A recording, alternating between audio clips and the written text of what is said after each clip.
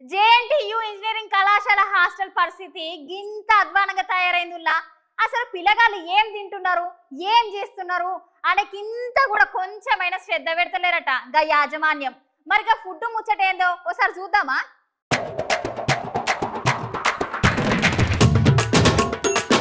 ఇక అనుల సంగారెడ్డి జిల్లా Sultanpur JNT university engineering కాలేజీలో ఒక ముచ్చట జరిగింది. విద్యార్థుల ఆహారం విషయంలో అసలుకే జాగ్రత్తలు తీసుకుంటలేరంటే అక్కడ ఉన్న హాస్టల్ సిబ్బంది, కాలేజీ వాళ్ళు. ఈ జేఎన్టీ యూనివర్సిటీ ఇంజనీరింగ్ కళాశాల క్యాంపస్ హాస్టల్ ఉన్నది కదా, ఈ హాస్టల్ ముచ్చటనైతే చెప్పనవసరం లేదు. అంటే గంత అధ్వానంగా ఉన్నది. తినే ఆహార పదార్థాలు మంచిగా ఉన్నాయా, చెడ్డగా ఉన్నాయా, వాటిలో ఏమన్నా వడ్డాయా కనీసం చూసుకోకుండా అట్లనే విద్యార్థులందరికీ వండిస్తున్నారట.